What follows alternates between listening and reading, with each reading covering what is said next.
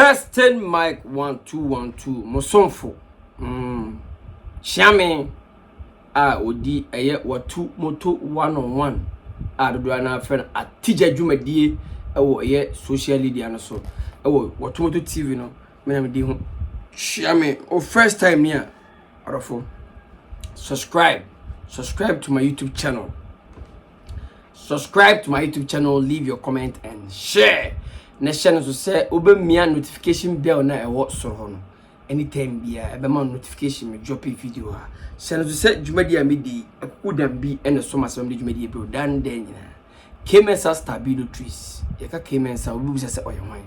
oye lotto agent. Ono na sellers wo Kwabre South. Mo na twoma ba ebonu nsia by 6 de na omaje jombooks ni nyina moto be ba ha be jene kama aba eye office Kemensa stabi office na what ya skada so bibia on fa book masa bi was capto book no so fa bra Kemensa ka so be ma adwuma na ye wakono because he do billions so o do sika nyina monti ade na wo twalo to na kono on fa scanto so what ya say enti boys no be tumoto aba eye various eye join no be gigi eye books ni nyina o do sika to kama na o de ko enti usela no kon na se wadia onkola ni bia dia ana se omo metwa ba ni bo wadia Kemensa se be jusika da no nwumre na be edi motor ko na ozu betima dia cha ba be jusika ase enu ye Kemensa stabilo trees onu na kasa asem na che Prestige Court or Kokobi New Side Junction ya hoje bia so pe bi page wa home se mu ye kuo mu ye boys in apartment level, you get it mu ko in setter apartmentship. But just one boys ma go large kitchen, large sitting room, hall, correct one. Go Prestige ko be New Side Junction ko da kama o serene environment. So to say living hall no a posing baby a o kwa no ho betena posing TV bo a mo hwe no makapa kitchen wo ha wife or girlfriend bit man no bia mo di kama baby a obedware bathhouse na ho ye boya ho kama na baby abeda no chai queen size bed kokoda Prestige Court na ebeda masse wate me ma ko he videos upon videos unse what moto die a video reaction ko an e no ase o ko he a video of a man kills 3 people for 1,500 Ghana cedis 1.5 you go video in my see here no the person start repeating but me say obina so pe bi ho ayi e da ya ade o pe mu dey ni hunsuo na nsuo na wo na no ni hunsuo ben o say nsuo ben nsuo na won say nsuo na be fina no aden aba no na sinka ho ena na say odi yin ba pepa exactly ena me kan say na me kan na ma say na one thing you say ope nsuo wo ku na awie no nsuo a wona no ene na se fa bibi na pupam a sokum na fabre na mo ko he why no say the friend saying a friend ever mame ana be ma mame o ye choba this year okay ayo ifa ayo agoma masa iti mi ensalina ono na suma iti mi ensalina mo ye friend no o the first one ba no was aka saying no o say sa pe bi patron into so pe bi mu a utwemu a no afreo say o say hia bi masa salon uti o so say hia bi masa ko iti say na o tia 5 na mtacho o say msama 500 Ghana cedis 5 Ghana cedis dese iti let's say o jam die no enye ma mi bi na o say welcome back guys. This is how the caption goes. I say what poverty can do, You kill 3 people because of 1,500 Ghana cedis. Man kills 3 people for 1,500 Ghana cedis. 15 million. 100 cedis on 115. 50 cedis on 130. Obi akum obi atwatwe. Okum ni pama akum akotre. Each person be 500 cedis. Here, I'm boy. Look, I get we here. Send Cocoa, you man could be just canna. Onya Juma. Also, the public thing, maybe I say. And Transic say here, Abraham Yajuma. And toss moon. Who was the media hear me? Nippon Yajuma, so not if ye. On 9 on 5 utifie osi ehia are you okay big man poverty na amoka no amu nkyere mu yo ye wa ho kyere ho uye adwuma na ho kyere fine no de ho but utifie unko ba bia we say unye scan free hene nyakopon eto nso no to sika frana big man ntiro ensa anya adwuma na ndidi nti sa wonsa anya adwuma de ndidi and how be our street in so let me be honest with everybody sa wonsa anya adwuma na ho kyere aba fine that one is there but enka jem sa unko ye adwuma bia wa unpa adwuma wo so unye adwuma wo so ho kyere wo eno da bia ye ma obibi big man obi hu se wo ye adwuma na ho kyere wa obo wa ha no I'm telling you. So obi unza wo de bia wo ye adwuma o we de a hard guy forceful guy obi bowa hano but wo de bia o tifio sa so dem rifam eya na ye o me yam eya na yasemako o bowa na eya na yasemako because ento asunu ono no a o be bowa ono koba na wo tifie wo expect say ono no fa ntika ma does it make sense enti we eye wickedness amamu nye say poverty be eye wickedness and aba ko 1005 awoku ni battery eye wickedness ni timu na dini wewe ni timu de osi kuni bi totwene munya poverty no mukoko bu sana baka so nya adwuma bia o so ye poverty aseme na aka no nipa na o ye choba na osoma na ma no koto e ma no kuni pa no ohunu we se wo ye oni adwuma bia ye na wo ba na me ye adwuma me tem office me koma adwuma da bia nya office kwa me koma adwuma da bia on se bag mo tim kwa pa na o bi behind me se me kokun wi ha me to na da bia on se me ye adwuma da bia me video my trans my video no ma da bi ntuma da se mo wo hwe no Oba catch us obi. Na do I even have time for myself? When we say onye adwuma otifie onye hwe ono ankata no onye say oye useful to himself na o man kwa menya na so faso oye wicked person mamo nya na say poverty we poverty be obi di muase mamo de kwesha poverty. This man is very wicked and he should also die. Also mukuno he's supposed to be killed. Mamu fandi agro kwanta to say poverty we poverty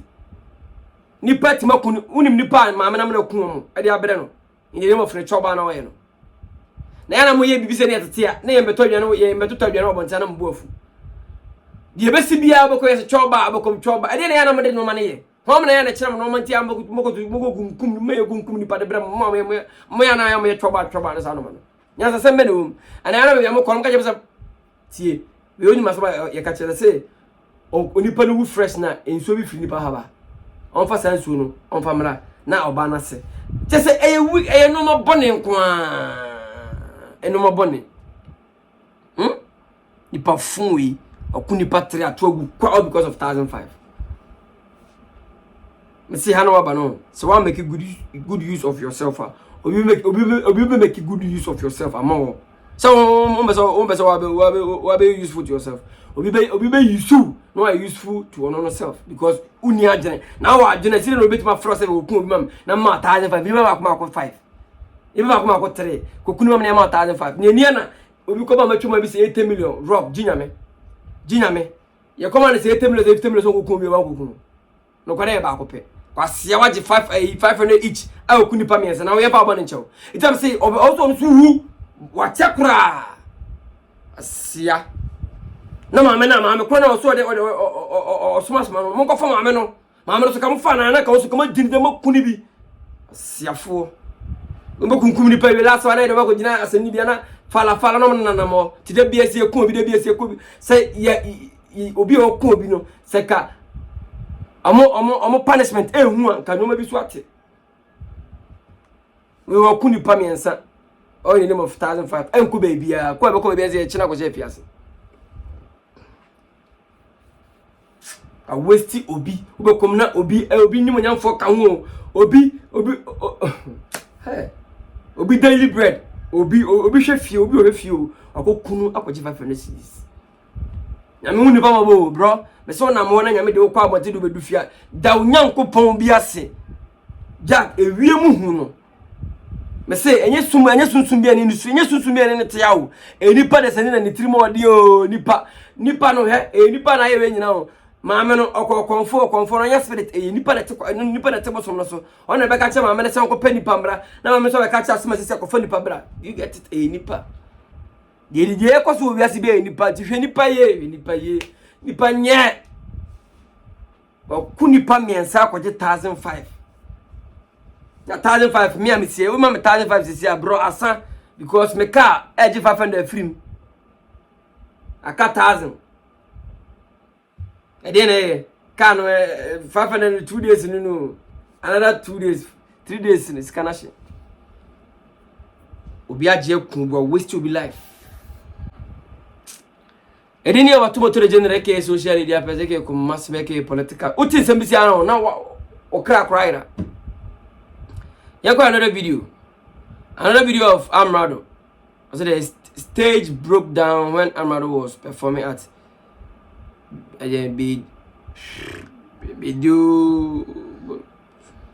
yanko mla media mentimanka yanko mla enti bebia na mama Amrado akọ Amrado management o se mo de mo cho ni twamo chio because product ne kutamo no munim are kure kutamo I don't know someone on the stage way. Welcome back, guys. Okohwe video of Amrado Ojina stage biswa. I think the stage nebunagun. We dey make nyana say Amrado management.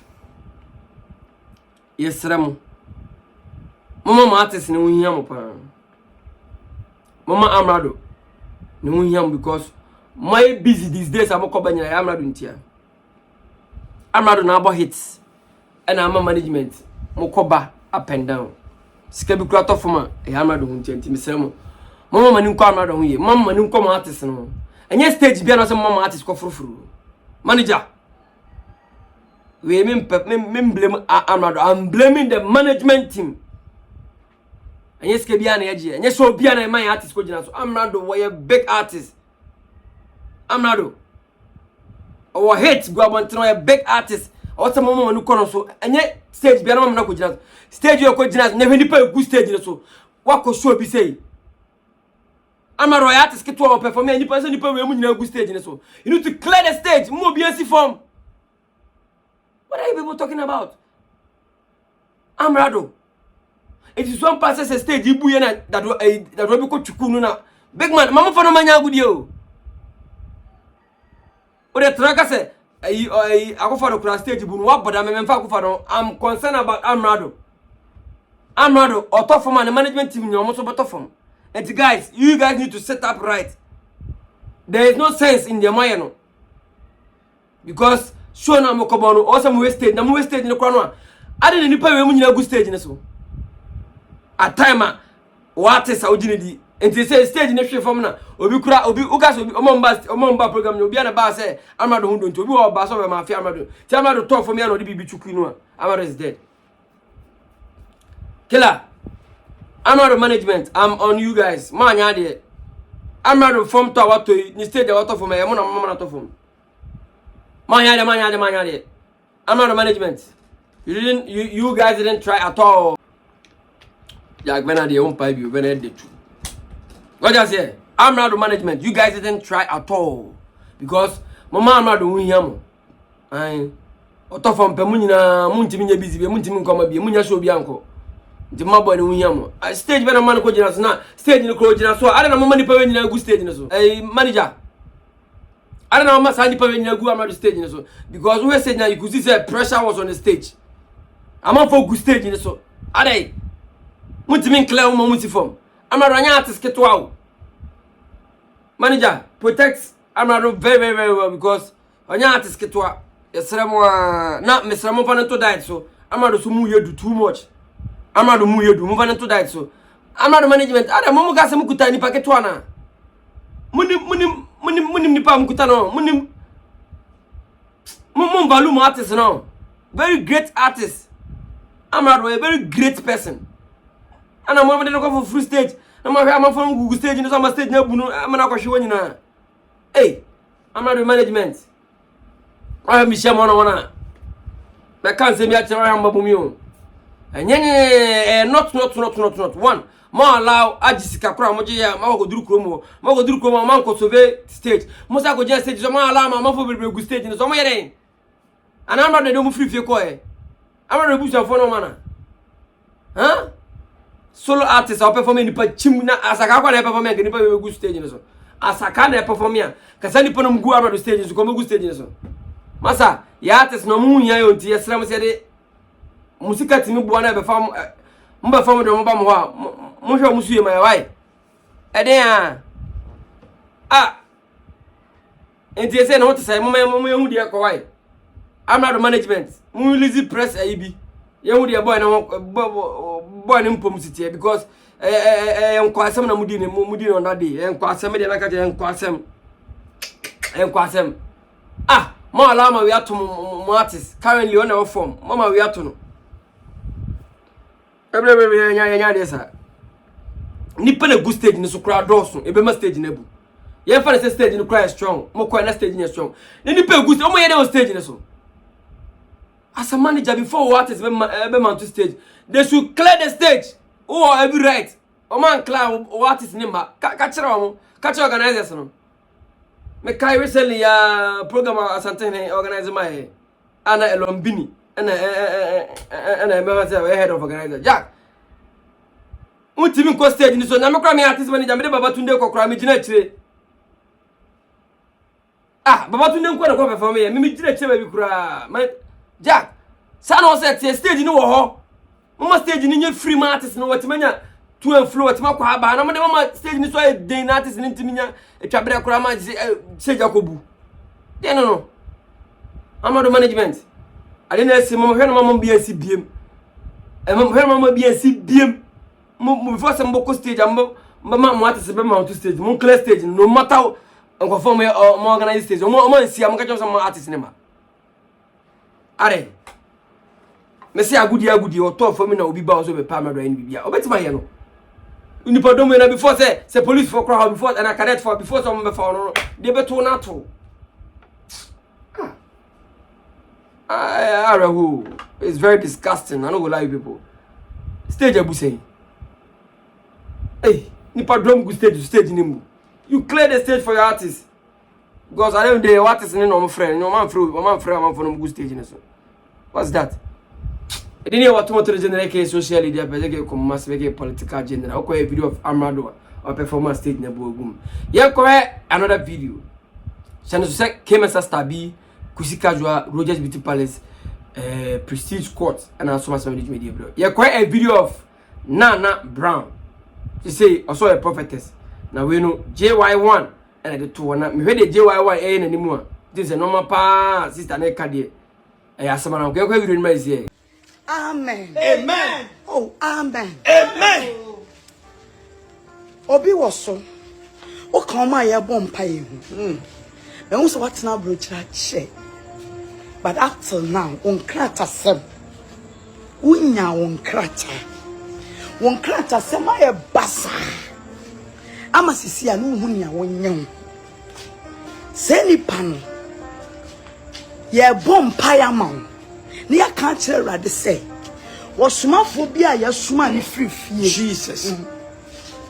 wosumafo bi a yesuma ni free fie ema ne beje wonsam sika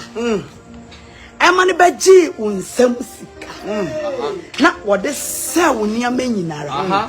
wode se wabrabon my god welcome back guys share me di kai first video bi se mun kan chena na Brown say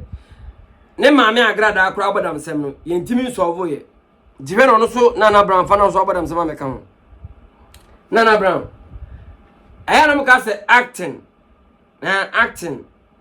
and so juma and reality e pe on nyame juma na baba no e reality enya acting